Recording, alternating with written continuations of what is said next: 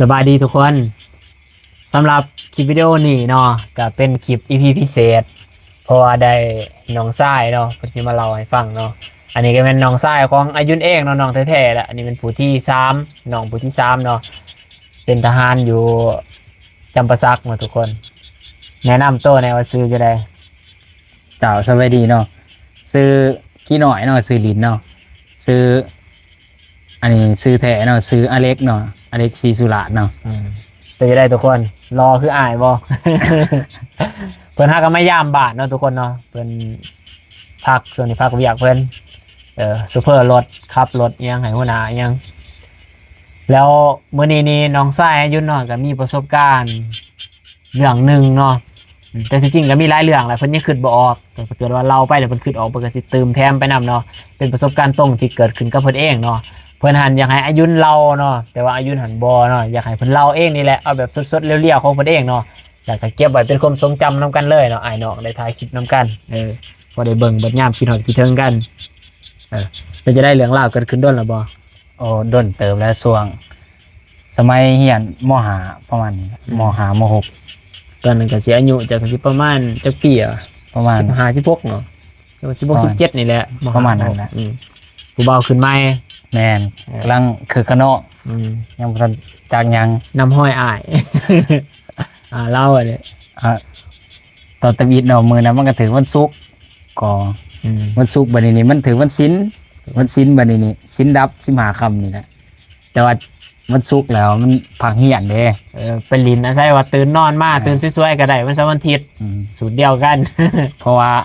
วันศุกร์หันคนเขาสิมักไปหาหลายเด้ไปแล้วมื้อนั้นวันศีลก็บ่ย่านแล้วใจมันอยากไปเด้ไปหาผู้สาวนัดกับผู้สาวเด้แบบเดียวครับคิดอายุนถึงพี่หลอกับหมู่ซื้อตู่ผู้เสียคือกันแบบวันศีลก็บ่สนไปหาผู้สาวตอนนั้นวันศีลวันพระบ่สนหักสินอนข้างในแล้วได้จน10 โมงแล้วแต่ว่า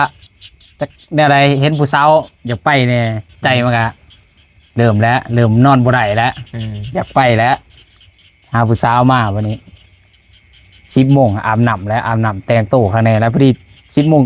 ครึ่งนะออกไปขี่รถออกไปแหละบัดนี้นี่ทางเหือนเด้เขาไปไหนมันก็สิใกล้เติมเนาะเพราะว่ามันหนทางก็เปลี่ยวเด้แถวครัวห้วยสะขุดนั่นเด้แถวนั้นไก่สอดปอมละเกียดมาบัดนี้นี่ขี่ใกล้แล้วไก่สอด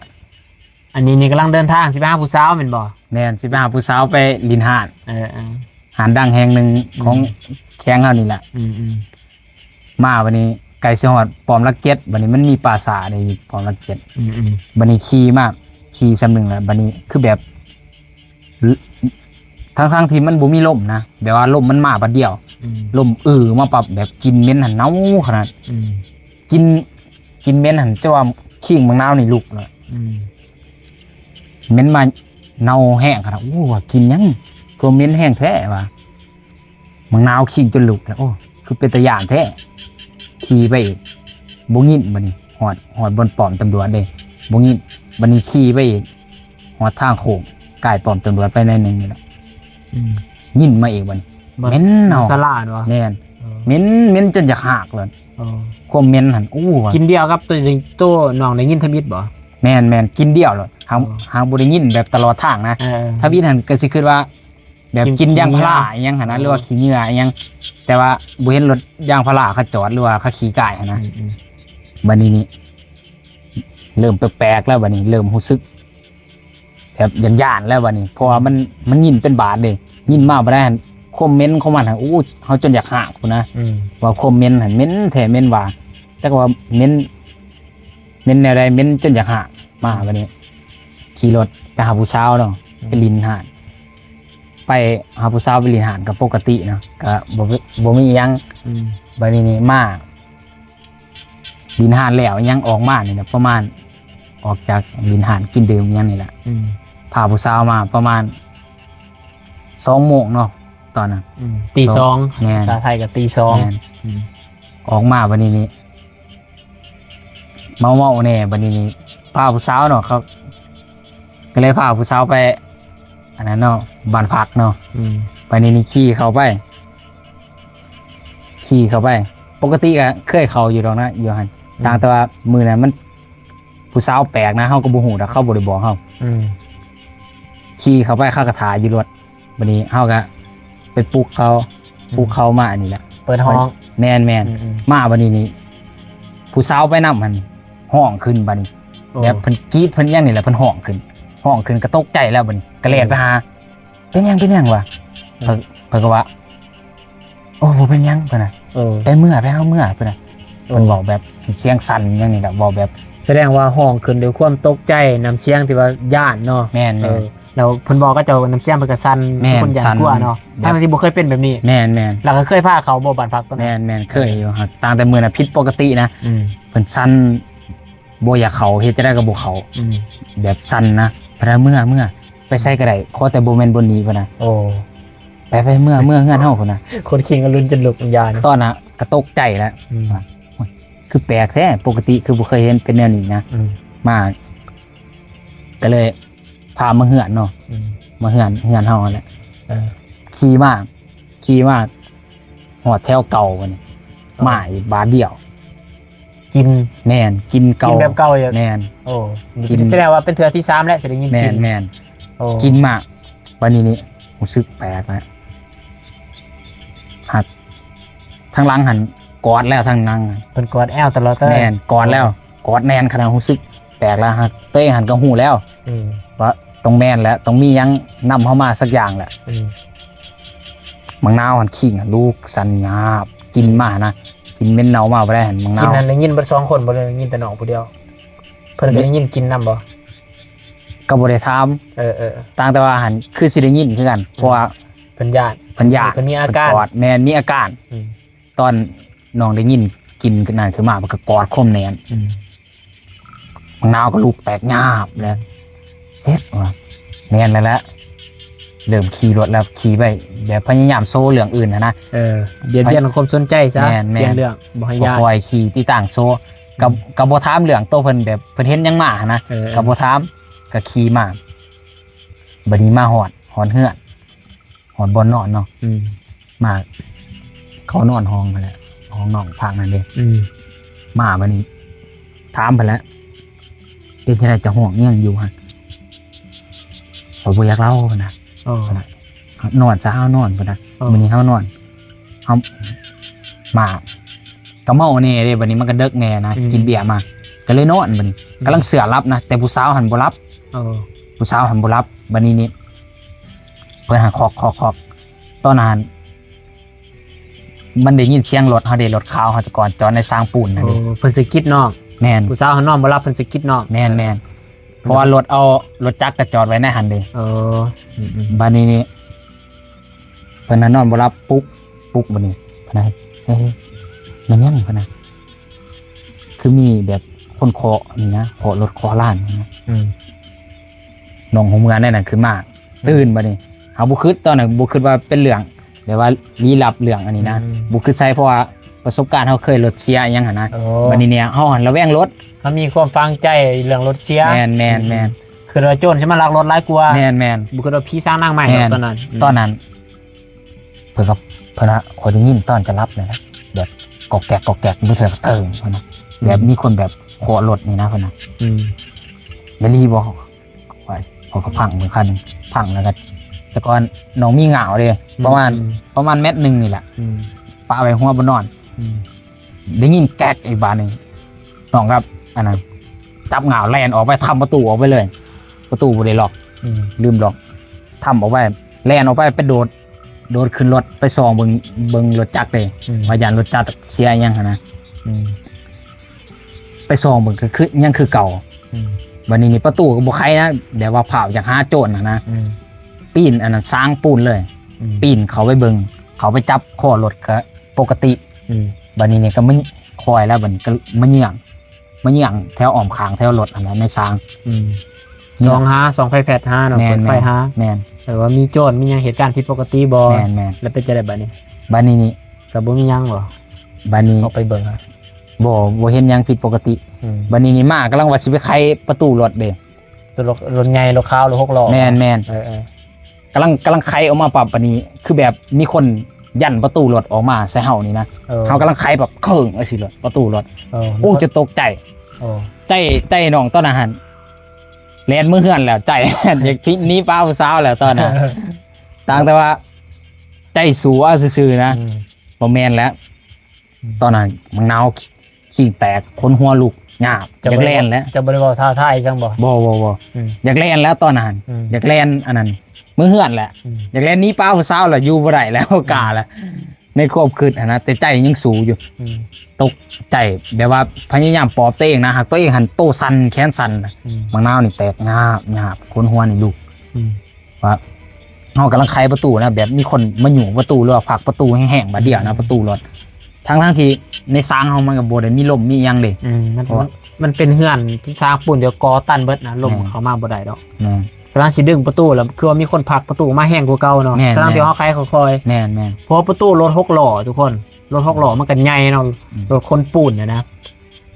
มันใหญ่มันหนักนะเป็นไปบ่ได้ว่ามันสิแบบมีหยังมากระทบแห้งปานนั้นเนาะจังได๋ต่อไปมาบัดนี้ก็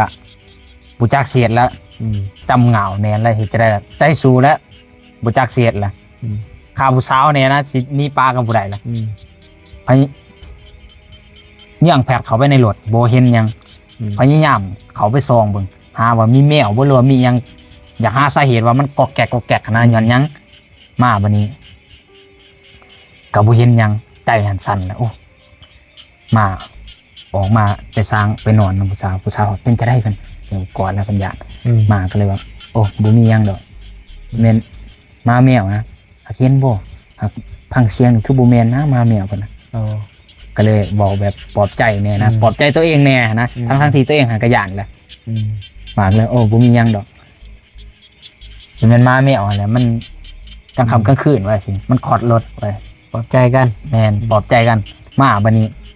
กำลังสินอนกำลังหัวลงแบบเพิ่งใส่ประตูจักสิแม่นอีหยังดังหาดังอยู่รถนั่นแหละรถเขาดังขึ้นบัดเดียวตกใจยาบเลยบัดเซ็ตอยากหายแล้วบัดย่านหั่นแหละย่านแต่ว่ามันอยากหายแล้วตอนนั้นมันกลายอารมณ์ย่านแล้วแม่นมันก็เลยแบบมึงเสี่ยวจะได้กับกูนะผมแม่นแบบมากวนเฮาหั่นนะเข้าใจความรู้สึกบัดนี้นี่ขึ้นนี่น่ะจะหายบัดนี้จับงาออกไปแล้วไปแกงใส่รถขาวแกงใส่แกงใส่มึงเสี่ยวจะได้กับกูคือนี่ห้องใส่สิละเป็นจะได้คนอยู่คนนอนนี่มาจะได้มึงมาแต่ไส้ว่าสิละนำกูมายังบ่พอบ่ว่าสิละกระมิดอันนั้นก็ไปจับเหงาขึ้นมาโวยวายอยู่หั่นน่ะตามภาษามันหยานอยู่แต่ว่าอยากหายมาก็เลยมานอนก็พอดีบ่ได้นอนซะนะมิดไปเลยบ่หลังจากแกงเงาใส่ออกไปมิดเลยถึงหายแล้วแบบว่าถึงเฮาปราบขึ้นแม่เฮาก็ย่านอยู่ดอกทั้งแต่ว่าในความรู้สึกตอนนั้นแบบมันใกล้ย่านอยู่แต่ว่าเฮาจะคมเพิ่นนะมันเลือใจแม่นมันเลือใจแต่ว่าบัดนี้หลังจากปราบเป็นซั่นแล้วมิดเลยเนาะแม่นมิดเลยบัดนี้อ้ายอยากฮู้ว่าตอนอยู่บ้านพักหั่นผู้สาวน้องเห็นอีหยังอันเพิ่นกรีดฮะนี่อันนั้นประมาณอีก 2-3 มื้อต่อมาน้องถามเพิ่นจังเล่าบ่แม่นเพิ่นจังเล่าเพิ่นน่ะมื้อนั้นเพิ่นเห็นมีหญิงละผมเพิ่นน่ะยืนอยู่หน้าประตูห้องเฮาสิเข้านั่นแหละเพิ่นน่ะมันยืนน่ะสิแล้วเพิ่นน่ะยืนแบบบ่แนมหน้าบัดนี้นี่คนลุกโอ้โหมาคนฟังผู้โซเพิ่นได้เห็นยืนอยู่หน้าปงเอี่ยมแบบก้มมาสินี่นะละผมนี่ยิ่งผมสุดขาวเปิดโตละผมยืนน่ะสิละก้มหน้านะเพิ่นแนมไปเห็นเพิ่นแนมไปปั๊มมันก็ขึ้นน่ะสิแบบว่าเพิ่นหันเห็นบ่สัตว์ต่างแต่ว่าซึกขึ้นมาเพิ่นก็ตื่นแล้วนะจะเดินเลยแบบว่าคือหมายว่าห้องตอนนั้นเขาเปิดแล้วบ่เขาไขห้องให้แล้วบ่ยังเขาหันไขแล้วแบบว่าเขาไขแล้วยังบ่ทันได้เข้าแบบว่าอันนั้นน้องไปอันนั้นหาเขาเด้แบบว่าเขาเอากระแจให้แล้วเขามาไขแล้วแต่ว่าน้องไปเอาอันนั้นเด้ทงยางอันนี้ไปซื้อน้ำซื้อในซื้อยังนั่นแหละแต่ดอกไฟเปิดแล้วแม่นเพิ่นเห็นเป็นเงาคนยืนในห้องยืนบนโปงเอี่ยมเนาะล้วนหน้าต่างเนาะเป็นผู้หญิงใส่สุดขาวยืนก้มหน้าผมยาวลงมาก็ผู้สาวน้องสิเกียนอย่างเนาะผู้หญิงเพิ่นหันหูว่าเขาแนมเบิ่งเพิ่นแล้วเพิ่นก็หันหน้าขึ้นบาดเดียวแม่นโอ้มันตกใจมันขึ้นบาดเดียวบัดนี้เพิ่นก็ห้องแล้วก็สิแม่นว่ามาแนมเบิ่งอีกบ่เห็นนะก็เลยบ่นอนเลยนะก็เลยขอเงินมาเข้าคืนเขาละแล้วบัดนี้ไอ้ถามคืน ห้องโต๊ะผู้จะนอนหันแมนบ่ขี่เข้าไปห้องแถวอยู่เบื้องขวามือห้องเบื้องตะเป็นตกสุดบ่ห้องเบื้องห้องอันนั้นห้องสุดท้ายเลยบ่ห้องสุดท้ายห้องต่อมาอีกแม่นเพราะว่าก็อาจสิทำแบบนี้เพราะว่ามือวังนี่นะวัง2-3 ทิศหลังนี่ไฟดับมื้อนั้นอายก็บ่อีเมจะหันอายก็อีเมจะหันอันนั้นล้างเฮ็ดสิพากไปคายเขาเลยเฮ็ดละโงกเฮ็ดหยังแหละแล้วบัดนี้ไฟดับบัดนี้ไฟก็บ่มาจ้าเถื่อถ้าไฟจนฮอด 1 โมง 2 โมงบัดนี้ย่านเฮ็ดอันมันสิเสียนะเสียไว้ตู้แช่ได้ไฟมันดับก็เลยคนเฮ็ดไปฝากไว้เฮือนแม่ฝากไว้ตู้เย็นแม่ฝากตู้เย็นเฮือนน่ะสาวแล้วพวกอายุหันกับไอ้เมจะหันก็พาเขาไปนอนบ้านพักตัวนั้นแหละพอนอนเฮือนมันมีพัดลมเด้ก็พาเขาไปนอนบ้านพักตัวนั้นเปิดห้องทัดห้องจะเห็นนั่นแหละในความรู้สึกไอ้นอนหันแบบคือจังว่ามีคนนี่บ่ฮู้ว่าคิดไปเองหรือบ่นะเป็นทางเฮาบ่ได้ไปนอนบ้านพักโดนบ่คือจังว่ามีคนนี่ยืนเบิ่งเฮาอยู่ตลอดเวลาอายจนบอกกับแม่ว่าแม่ว่าซั่นแต่ผมรู้สึกคือข่อยบ่แต่ว่าแม่เพิ่นเมื่อยเบิดมื้อแล้วเพิ่นน่ะเป็นคนนอนรับว่าแต่หัวทั้งมอนเพิ่นรับโดดแต่อายนอนบ่รับในความรู้สึกหันคือคนแนมเบิ่งเฮานี่เวลาเฮานอนสิหลับตาคือว่ามีคนมาหายใจไกลๆกับหน้าเฮานะอายุนคิดไปเองก็เลยบ่เอามาเล่านะแต่ว่าไม่ยินน้องชายเพิ่นบอกแล้วมันอาจจะเป็นอันนั้นบ่จักแล้วบัดนี้เล่าต่ออีกเรื่องข้างนอกเนาะเบิดสำนันแล้วเบิดสำนันเนาะแต่ผู้ชายเจอเนาะแล้วก็บ่เจอบ่ฟันอีกเลยบ่ฟันบ่อันนี้อีกเลยมีแต่มาถามแม่ถามว่าไปลินมาซอยแม่ฟังแหละมาเล่าให้แม่ฟังแม่มาถามแม่ว่าโอ้ยแม่เป็นจะได้ขอขี่รถไปนี่คือแบบเม้นเนามาบาดเดียวนี่เม้นนี่อู้เม้นเนาขิงจนลุกเลยว่าสิแหละเม้นจนสิหักสิแหละโอ้ยแม่ว่าอันแหละพี่ไปห้องน้ำนี่จะสิไปเฮ็ดเพิ่นน่ะเทื่อหน้าคันเทื่อหน้าเนี่ยน้ำเนี่ยนั่นต้องมาเฮือนเพิ่นน่ะหรือว่าหายโลดบ่ให้น้ำยังเบาตัดก่อนนะมื้อนั้นก็เป็นมื้อวันศีลแน่แม่ก็จะไปหั่นจะไปเด็กแล้วบัดนี้เห็นบ่วังสว่าง2-3 เดือนก่อนนี่นะว่ามีคนอยู่สนามไส้ใต้ก็อยู่บนนั้นแหละอันว่ารถต่ำเด้รถต่ำก็รถคนอยู่มันเก่าว่าไส้ออกป้ายอยู่บนนั้นเลยอายุนไปบ่ได้นี่ย่านตลอดอยู่บนนั้นบนเดียวล่ะย่านเส้นทางตัวนั้นแล้วตะกี้นี่ถ้าฮาวกับทหารจักรพรรดิดอกเพิ่นมาตะลินเพิ่นมาฮอดขั้วจุคุณนั่นแหละอันนั้นจักว่าคนพี่บาจักว่าคนดีดอกเพิ่นว่าใส่ชุดแบบแต่งตัวคนพี่บาเป็นผู้หญิงเพิ่นว่าอยู่ซื่อๆก็โดดมาใส่ลัดหน้ารถเพิ่นบาดเดียวแล้วมันสิแล่นนำรถพวกเพิ่นผมเพิ่นจะห้องตายว่าผู้เพิ่นหาว่าคนพี่บ้าหาคนจักว่าคนพี่บาจักว่าพี่แล้วก็บ่ฮู้แล้วขับไปเลยพวกเพิ่นย่านตกใจอยู่บนหันแหละเพิ่นว่าเจอแบบมาเจอบล็อกเพิ่นนะยินแล้วเราอยู่แล้วเท่าที่อ้ายสงสัยนี่เรื่องตัวของเจ้าเจอนี่อ้ายคิดว่า1มานี่จะก็ไปเด็กแน่2มาแล้วมันเป็นวันศีลเนาะ3มาจะไปผู้เดียวแล้วสถานที่แห่งนั้นมันใกล้กับปราสาทใกล้กับปราสาทแล้วบัดนี้จะได้ยินกินจะได้ไปถ่วงบ่จักบ่ได้ถ่วงย่านว่าจะไปถ่วงคิดในใจซื่อย่านว่าจะถ่วงว่ากินนี่เหม็นจังเห็นบ่เขาบอกว่าบ่ให้ทักให้ถ่วงนะจะทักถ่วงบ่มันสินำเลยโอ้แสดงว่ามันนำจะไปตัวต้นนั้นเลยแม่นตั้งแต่เอาไปหอดหาดแล้วเขาบูซึกนะมันลายเด้มันอยู่บนลายคนบัดเขาออกมาแล้วเขารู้สึกว่าอาการเก่ามันมาเลยแบบมันมาหาห้องคือเก่าแสดงว่าเรื่องนี้บ่แม่นเจ้าคิดไปเองเพราะว่าผู้สาวเจ้าไปนำมันเด้ทั้งที่ว่าบ่ได้โซกันเรื่องนี้เนาะจากก็บ่ได้เล่าให้ผู้สาวฟังที่ว่าจะมีกินเม่นกินบ่ได้เล่าเจ้าก็ยังบ่ได้เล่าให้ผู้สาวจะฟังว่าจะเม่นกินเม่นเน่าจังซั่นจังซี่แล้วผู้สาวก็มาพบเจอคือกันอีกนั่นแหละทุกคนมันก็เลยตรงกันนะไปก็ไปคืนวันศีลอีกเนาะอันนี้ก็เป็นเรื่องเล่าประสบการณ์ของน้องชายอายุน้อยที่ว่าเพิ่นได้ไปพบเจอมาทุกคนคิดยังไงก็ลองคอมเมนต์บอกในเด้อเนาะเพิ่นอาจจะเล่าตื่นเต้นหรือว่าคัดของน้อยนึงก็บ่เป็นหยังทุกคนต้องให้อภัยกันแรกๆก็เป็นแบบนี้แหละอายุคือกันเนาะตื่นเต้นไผก็เป็นเนาะแล้วบัดนี้จะจื้อบ่อ้ายยังจื้ออยู่ว่าเหตุการณ์นึงที่ว่าเจ้านอนอยู่ซางปูนนั่นแหละอันว่าจะฟันว่ามีคนใส่ชุดขาวบ่มาเหยียบเบิกเจ้าจื้ออยู่ตัวนี้จะลองเล่าบ่ฮะช่วงนั้นคาสิว่าแล้วช่วงนั้นแบบว่าดวงอยากตกนะแต่ว่าเขาเห็นยังเขาก็บ่อยากเกิดนะคือแบบว่าส่วนยังในหนึ่งกับแบบควันเขาอ่อนว่าส่วงอายุเขาอันนั้นไว้เบญจเพศหรือว่าส่วงอายุแบบดวงเขาตกนะหรือว่าส่วงข้อขาดส่วนนี้คือเขาเบิ่งในตำราแหละลาหูยังไงส่วนนั้นแบบว่าเห็นยังก็บ่อยากเกิดนะเห็นยังก็บ่อยากขึ้นขี่รถขี่สะๆยังพาหล่มส่วงนี้ส่วงไปบวชเลยไปบวชอยู่วัดสะแขงไปบวชก็ยังเกือบเนาะ เกือบจั่วนี่นะอยู่วัดนี่ อืม เขายังหลัก คนสวยเนาะ ตั้งสวย อืม โทรศัพท์นอนกับขางนี่นะตื่นมาห้ามบ่เห็นโทรศัพท์เนาะ ส่วนนั้นบวชเป็นจัวเป็นเน่นเขายังมารักเอาอยู่ในวัดเนาะ แม่น คนเป็นสวย ความสวย อันนั้ เนาะ นว่าไปบวชนี้สวยเลยยังไปสวยอยู่ในวัดต่ออยู่ แม่น เออ เพราะว่ารถเสียส่วนนั้น อืม รถเสียไปบวช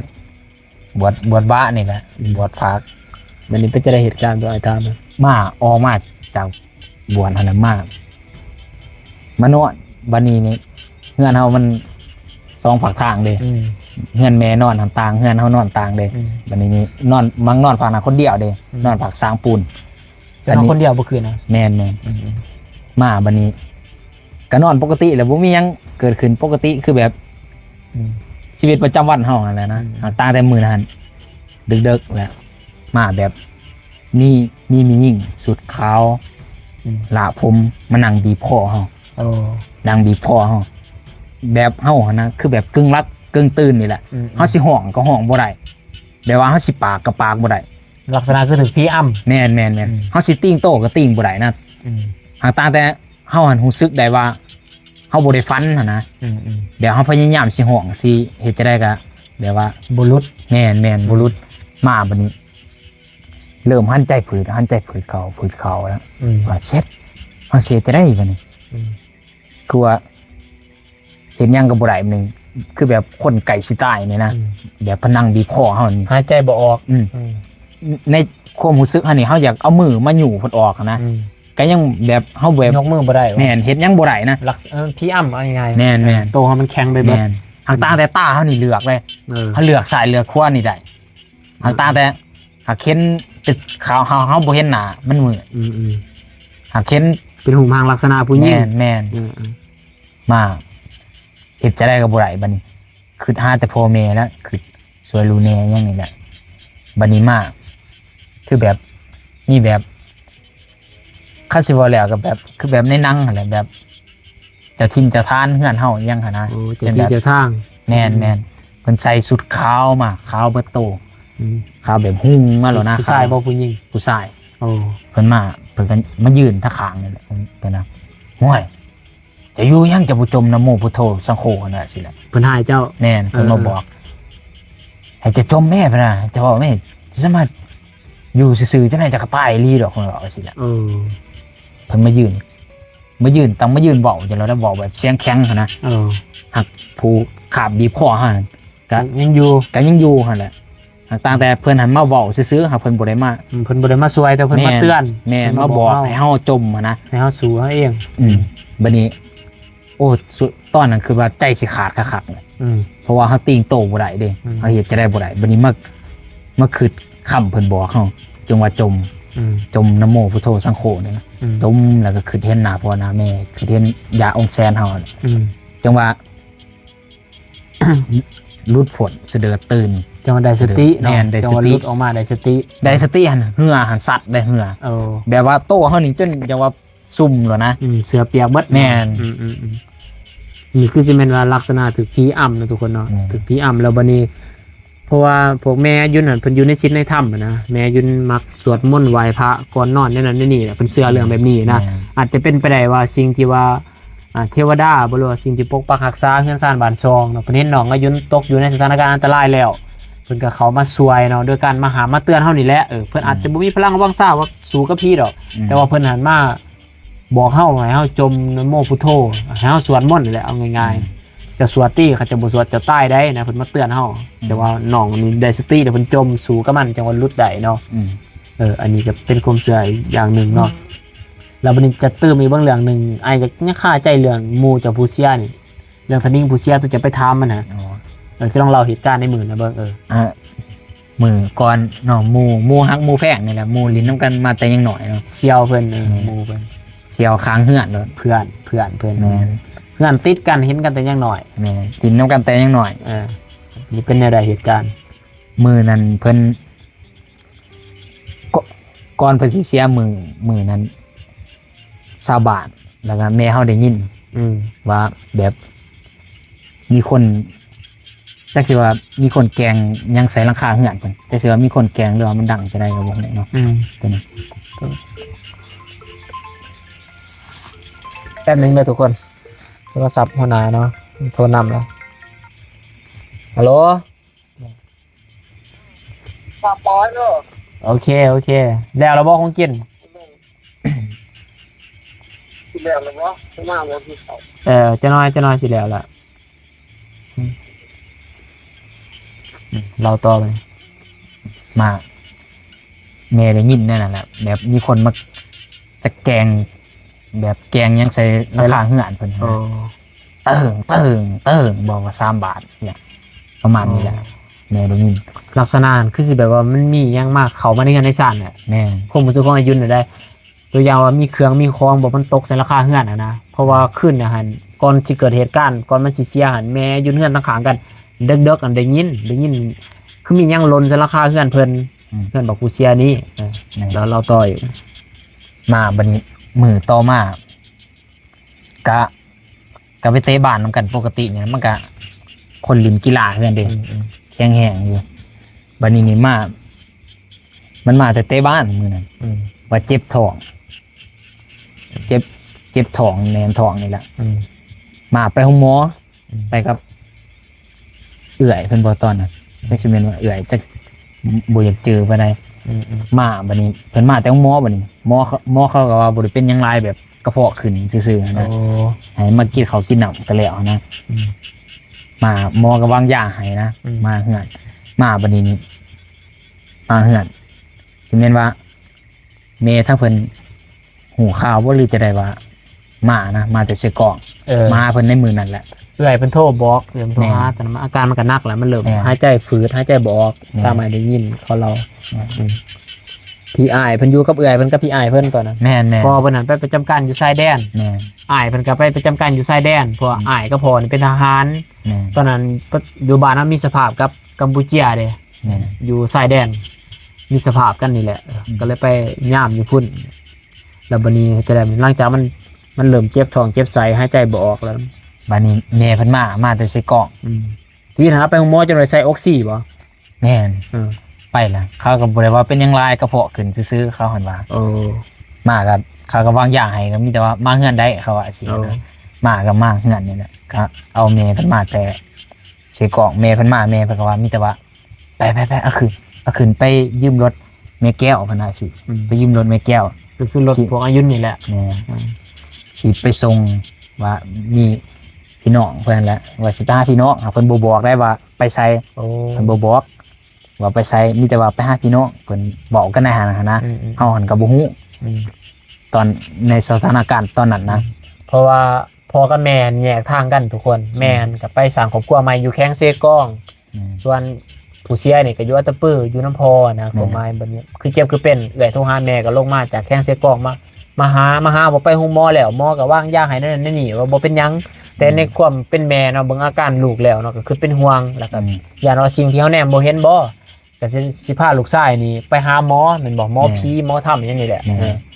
แล้วก็เดินทางไปเนาะบัดนี้ แม่นมาก่อนสิไปฮะเนาะ ระหว่างทาง แม่นบัดนี้นี่ขี่รถเอาเพิ่นนั่นแหละเอาเพิ่นขึ้นรถเพิ่นก็ปกตินะก็แข็งแรง ย่างคือได้อย่างอยู่บ่ บ่แต่ว่าอันนั้นน้องโจมเพิ่นต่างแต่เพิ่นก็แบบว่าโจมบ้าซื่อๆนะเพิ่นก็ยังย่างแข็งแรงประคองไปซื่อๆนะแบบว่ามีแต่เพิ่นอุ้มท้องก็เลยถามเพิ่นเฮ้ยนิ้งมึงเป็นหยังว่าสิล่ะเพิ่นน่ะโอ้กูเจ็บท้องเพิ่นน่ะจักกูเจ็บท้องเจ็บแห้งขนาดเพิ่นน่ะ โอ้เจ็บ เพิ่นก็ปากปกติยังปกตินี่แหละมาบัดนี้ขึ้นรถกำลังขี่ออกไปก็มีเด็กหน่อยไปนำนั่นแหละกับแม่เพิ่นแล้วก็กับพี่อ้ายเพิ่นพี่อ้ายเพิ่นขี่รถจักรมานำหลังกับลูกชายเราบัดนี้นี่นั่งในรถหันมีน้อง ผู้ได้ขับรถ น้องเป็นคนขับบัดนี้นี่แม่เพิ่นนั่งทางกลาง มันเป็นรถฮอนด้าเด้มันมี3บนนั่งเนาะเพิ่นนั่งขอบประตูเบิ่งขวาสุดแม่นบัดนี้นี่ขี่ลงขึ้นรถแล้วเพิ่นบ่ปากเลยแบบเป็นแบบคนละคนเลยเพิ่นมิดเพิ่นบ่ปากจากที่เพิ่นเจ็บเพิ่นบ่เจ็บเพิ่นบ่ปากก็ไปแบบ นั่งนิ่งๆแบบนิ่งๆไอ้สินะทั้งที่คนเจ็บมันก็สิแอนิตี้คือแบบตอนเฮาสิขึ้นรถนะก็สิมีอาการเลยเนาะก็สิจับท้องจับใส่ก็โอ้ยอ้ายบอกกับเฮาจังเฮาอันนี้ขึ้นรถแล้วเป็นคนละคนเลยนั่งนิ่งๆแม่นเพราะว่าตอนเพิ่นสิขึ้นรถเพิ่นก็ยังว่าเจ็บนะเพิ่นอุ้มท้องเลยนะบ่ขึ้นรถแล้วเพิ่นนิ่งแบบ แบบคือแบบเพิ่นบ่เจ็บนี่นะ หากเขาก็บ่ได้ถามเพิ่นดอกก็โซกับแม่เพิ่นมาวันนี้ขี่รถออกมาบ่ได้พอ10 นาทีนะขี่รถออกมาประมาณแต่อยู่ประมาณ 2-300 เมตรเนาะใกล้สิฮอดครัวใกล้บ้านเฮามาบัดนี้ ก็เลยถามขึ้นบัดนี้เพราะว่าก็บ่ฮู้ได้ว่าสิพาเพิ่นไปไสเด้ก็เลยถามแม่เพิ่นสิพาทนิ่งไปไสนี่แม่สิพาไปเฮือนอาจารย์บ่ว่าสิบัดนี้นี่ เพิ่นได้ยินคำนั้นทางเพิ่นก็ขึ้นรถเพิ่นแบะสิรถขึ้นมาแห้งขนาดมังนาวหนองแตกแตกขึ้นมาอีกแล้วยังพังหัวอยู่เพราะว่ามันแบบว่าหมูหักหมูแพงนี่เห็นกับตาเฮาตอนนั้นจะเว้าคำนั้นปั๊บเป็นเพิ่นมีอาการขึ้นรถแม่นโอเคเดี๋ยวสิสรุปให้เข้าใจแล้วพอเข้าใจแล้วเราไปต่อไปนี่มันแบบว่าเพิ่นแบบคนหันใจบ่ออกนี่นะคือแบบมันหลุดบัดเดียวแม่นคือแบบเขาปาดคอหมูคอหยังนี่แหละแบบมันขาดอากาศได้มันแบบขึ้นบัดเดียวนะแบบขึ้นได้สิเดมาแห้งๆจอดรถแล้วบัดนี้จะได้จอดรถแม่นจะจอดรถบัดนี้ตกใจแห้งแล้วมังนาวลูกแล้วตอนนั้นแม่เพิ่นนั่นไห้แล้วแม่เพิ่นบ่จักเสียดนะเห็นลูกเป็นแน่น่ะตะขางแม่เพิ่นก็ไห้ซิเมนแม่เพิ่นนั่นเข้าใจแล้วหูแล้วเพราะว่าก่อนเราสิมาเราไปเบิ่งแม่นเราไปเบิ่งแล้วก่อนเราปรึกษาเราสิเอาไปหาหมอหั่นแหละต่างแต่มันไปบ่ฮอดเฮาหันบ่ฮู้แล้วเฮายังบ่ฮู้อีโนอีเน่เล็กน้อยอยู่บ่จักแม่นมาก็ไปไขประตูรถไขประตูไปอันนั้น CPR เพิ่นดิปั๊มหัวใจแม่นปั๊มหัวใจเพิ่นมาบัดนี้ปั๊มคราวนึงพอดีพี่อ้ายเพิ่นขี่รถจักรมานำหลังก็เลยก๊อกกับเราก็มา CPR ช่วยกันแล้วก็ปั๊มมันก็คนมันเสียแหละเนาะมันเฮาปั๊มไปมันก็แบบเฮาปั๊มแห้งลายนี่นะแบบล่มมันเข้าไปเด้ในท้องนี่มันกรุดออกมาซื่อๆนี่นะคือแบบบ่แม่นคนแสดงว่าเบิดแล้วแม่นเบิดตอนมันใจขาดตอนนั้นแหละแม่นใจขาดขึ้นแห้งโคมแห้งเลยแห้งอะไรมากับบ่ฮู้บัดนี้ใจเฮามันแบบบ่ขึ้นแล้วว่าเอาไปโรงหมอตอนน่ะเขามาแต่โรงหมอเลยเด้โรงหมอเขาก็ว่าบ่ได้เป็นหยังเลยมีแต่บ่จักเสียดล่ะเมื่อย CPR แล้วเด้บ่จักเสียดแม่เพิ่นมีแต่ไห้เนาะแม่แม่นไห้มีแต่ว่าเอาไปหาหมอเอาไปหาหมอทางไสยศาสตร์ต่อไปหน้าต่อบ่ได้กำลังบ่ได้มือเฮือนเอาไปครับอยู่บ้านหมอหั่นมันคำน้ำเซ่ข้ามแม่น้ำเซ่ก็เลยขี่เรือทุกคนแม่นอันนี้ก็แบกก็เลยแม่นแบกคนหมอนั่นก็บ่คนเตี้ยๆแล้วคนสูงใหญ่ได้หมอนั่นสูงระดับ1.80 ป้ายมันเนาะ80ป้ายคนสูงหมอน่ะสูงใหญ่ตอนนั้นมันก็อายุก็สิประมาณ16-17 ปีเนาะแม่นกำลังเรียนม.7 ตอนนั้นกำลังขึ้นม.7 บัดนี้แสดงว่าเพิ่นจะแบกศพแม่นมันหันใต้แล้วแต่บ่จะบ่ว่ามันใต้แม่นบ่ฮู้ยังอยากซวยหมู่แม่นแบกศพข้ามเรือว่าซั่นซะแม่นแบกไปแบกมาแบกข้ามแม่น้ำเลยแล้วเนาะขี่เรือเอาไปแบกหันเขาชาวบ้านคำบักเนี่ยเขาก็เบิ่งแล้วเขาเป็นจะได้คือว่าแบกคนคือว่าคนคือบ่เห็นตีนเห็นนิ้งเขาก็ว่าสิก็เลยว่าโอ้ยแน่เพิ่นก็ว่าโอ้ยใจโอ้ยเพิ่นอันนี้เพิ่นสลบสิเอาไปให้หมอเบิ่งเพิ่นสลบเพิ่นยังอันนี้อยู่ดอกว่าบ่คือไปแน่แบกขึ้นหัวแบกคนขึ้นข่อยขึ้นข่อยเซ่เนาะมันก็อยากสั่นแน่บ้านแบกขึ้นโอ้ปวดบนขาตอนน่ะเฮาหั่นอยากซวยหมู่อย่างเดียวเฮาบ่ขึ้นหยังเมื่อยซะได้ก็อดแม่นข่อยก็สั่นไปแล้วแบกขึ้นแบกไปหอนเฮือนอาจารย์ว่าโอ้ยเอามืออาจารย์เห็นปรับยังบ่ทันฮอดขึ้นเฮือนอาจารย์ซั่นนะอาจารย์เห็นเอามือโลดอาจารย์ว่าสิเพราะว่าอาจารย์ก็สิฮู้แล้วเพราะว่าได้ปรึกษากันกับนี่อะไรๆสิแม่เอามือสิเอาเข้ามาได้บ้านเข้าหูนี่เข้าไม้เด้แบบคนใต้เขาบอกอาพานบาทนี่ทุกคนมีแต่ว่าเขาให้เอาเมื่อกันแบกลงเซ่นะแบกลงเซ่ขึ้นเซ่มาก็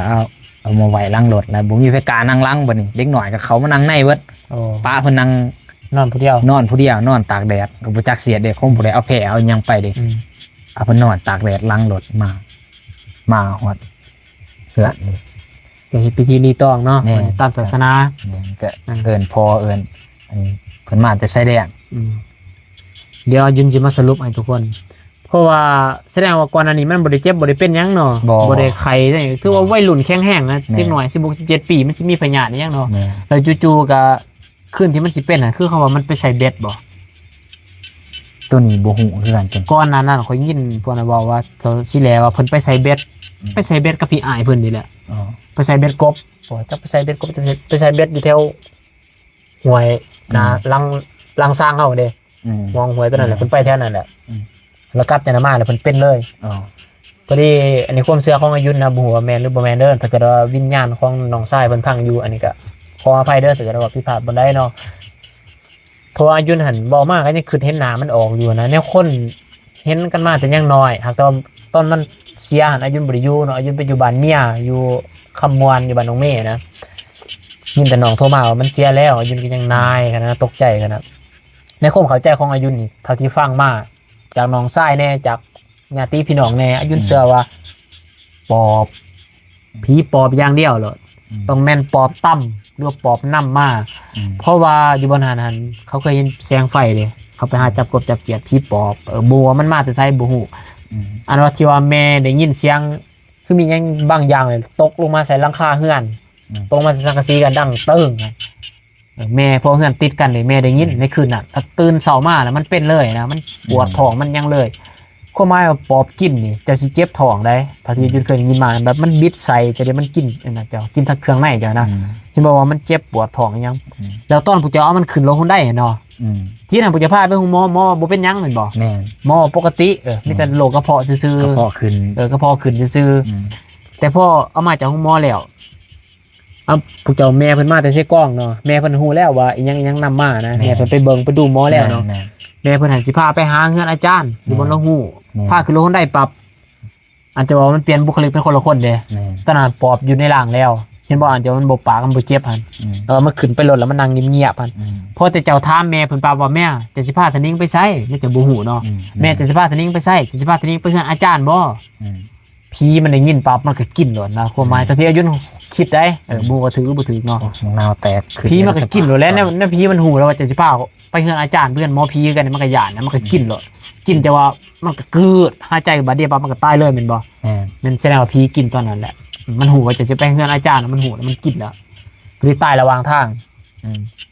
อันนี้ความเข้าใจของอายุนบ่ว่าแม่นหรือบ่แม่นเนาะมากะต่อมากะอันนั้นดิพี่อ้ายเพิ่นขับรถ Honda เฮานี่ย้อนเอาเพิ่นไปก็เอาไปเฮ็ดปีนนั่นเด้แล้วต่อมาพี่อ้ายเพิ่นเนาะเพราะว่าเฮือนอายุนคล้ายเครื่องก่อสร้างแล้วพี่อ้ายเพิ่นไปขับรถไปขับรถทรงเล็กทรงปูนนี่แหละเป็นกรรมกรแล้วง่ายๆแล้วก็พารถปีนเนาะตอนนั้นทบิ๊กน้องชายหลายยืนเกือบตายกันอยู่ในรถเนาะทางก็บ่ได้โค้งนะกลางเว้นเนี่ยปีนเฮ็ดรถได้ปีนเกิดอุบัติเหตุอันนี้ตั้งคิดว่ามันก็เป็นเรียกว่าความสวยหับเคาะมันนำกันบ่นะเพราะว่ารถดีๆเนาะไปเอาคนตายอย่างนะแกคนตายยังไปตามความเชื่อเฮานะมันก็เลยสวยไปนำก็จะได้ทุกคนเรื่องนี้ทางน้องชายเพิ่นนี่ก็บ่ธรรมดานะทุกคนสำหรับอายุนี้ฟังไปนำคนขิงลุกไปนำทุกคนย่านเนาะบ่แม่นหยังว่าเฮาก็เชื่อเรื่องแบบนี้นะแม่นอยู่ว่าเฮาบ่ได้อยู่ในเหตุการณ์เฮาบ่เห็นกับตาแต่มันก็ความเชื่อเนาะทุกคนเนาะแล้วอีกอย่างที่พีคไปกว่านั้นคืออายุนี่นั่งถ่ายคลิปอยู่หน้ากับน้องชาย2คน2คนเลยทุกคนนี่มืดไปเบิดแถวนี่คือหูแล้วอายุเราตลอดแล้วอยู่หน้าอายุมันก็บ่ธรรมดาเนาะบ่อยากบอกหลายบ่ธรรมดากันอยู่นี่เนาะก็สิได้มาถ่ายคลิปก็ย้อนว่าพอนี่ลืมโทรศัพท์เรามาแป้งตู้แป้งเที่ยงนี่แหละอายุก็มาถ่ายคลิปคือกันเพิ่นลืมโทรศัพท์ไว้เพิ่นก็เลยบอกอายุนี่มาเอาโทรศัพท์เพิ่นบัดนี้ตื่มกับน้องชายอายุมาตั้งแต่จำปาสักเนาะเพิ่นลงมายามบ้านนี่แหละก็เลยช่วยโอกาสเราน้องมีเรื่องผีบ่คันมีก็มาเล่าเลยมาเอาโทรศัพท์พออยู่หน้าแล้วมาถ่ายคลิปเราเลยอีกอย่างก็อ้ายซื้อไมค์มาใหม่นะยืนซื้อไมค์มาใหม่ก็เลยอยากลองไมค์เลยเป็นจะได้ทุกคนเสียงโอเคอยู่บ่ตัดเสียงรบกวนดีอยู่บ่เนาะทุกคนเรื่องราวทั้งเบิดก็สิเอาไว้ซ้ำนี้ก่อนเนาะเมื่อนี้สิมากินข้าวต่อยแม่แกงหน่อไม้เนาะแกงหน่อไม้ตอนรับน้องชายของมักเนาะสิมากินข้าวพอข้าวสามัคคีกันอ้ายน้องมาเจอกันมีแต่สิเอาไว้ซ้ำนี้เด้อทุกคนคือให้แนวได้ก็คอมเมนต์เนาะหรือว่าอยากให้น้องชายอายุมาเล่าอีกเทื่อนะก็คอมเมนต์ให้กำลังใจเพิ่นแน่เนาะอย่ายืนบอกเลยอาจจะบอกติดๆคัดๆแหละเนาะเรื่องแรงไม่ทุกคนเจอกันในคลิปต่อไปเด้อเนาะบ๊ายบายขอบใจที่ติดตามเด้อ